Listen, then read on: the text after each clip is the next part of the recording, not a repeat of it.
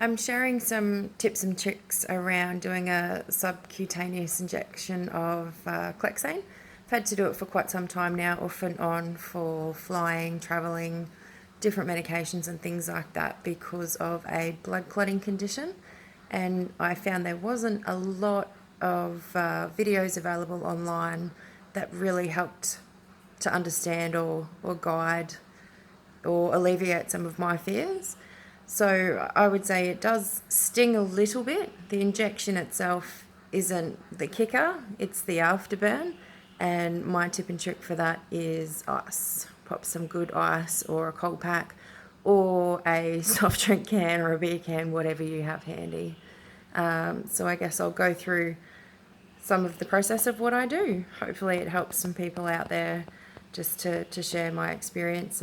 As again, I found there wasn't too much out there that wasn't, quite outdated. So first of all, mine goes into my belly. So we'll pop down and I'll show you my needle and things like that.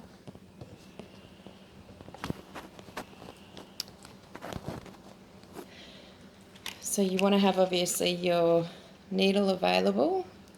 So that's my Clexane. I'm on the 40 milligrams at the moment. Your alcoholic swab.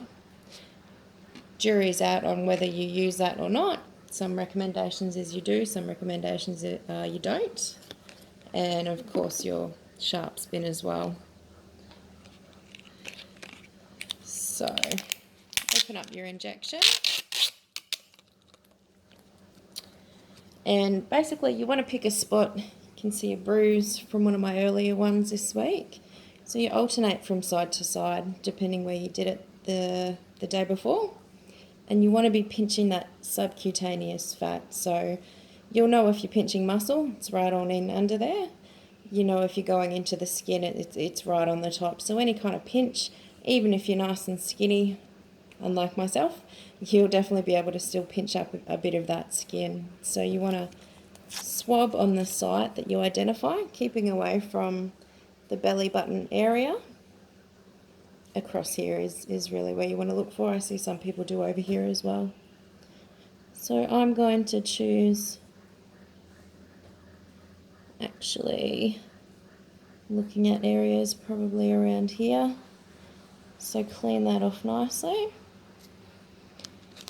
You want to get your needle out. Another good trick is to make sure you've kept it out of the fridge for about 10 minutes or so it's not cold going in. Helps with the sting as well. So you want to take that lid off. If there is any droplets kind of coming off the end, you just want to flick those away.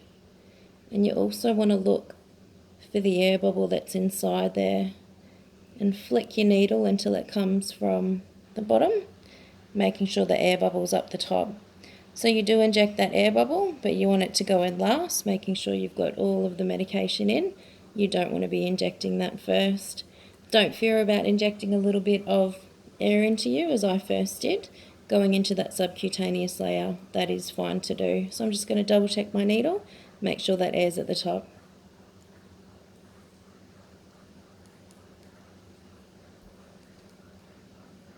Okay. Now it's a little hard to see, but there is a beveled edge on your needle. So there is a hole at the top of the needle. It's not focusing very well. But what that means is there's a smallest point at the bottom, and that's what you want to put in first. Flicking away a little bit of liquid again. So I'm going to go to the site that I've picked. Pinch your skin, keep it pinched, and then insert your needle. About a 45-degree angle all the way in, keeping it pinched, and then slowly pressing down your plunger. Nice and slowly, not too fast. That can lead to the pain and bruising, in my opinion. Don't know if you can see that air bubble there at the top, but all the way down, slowly, slowly.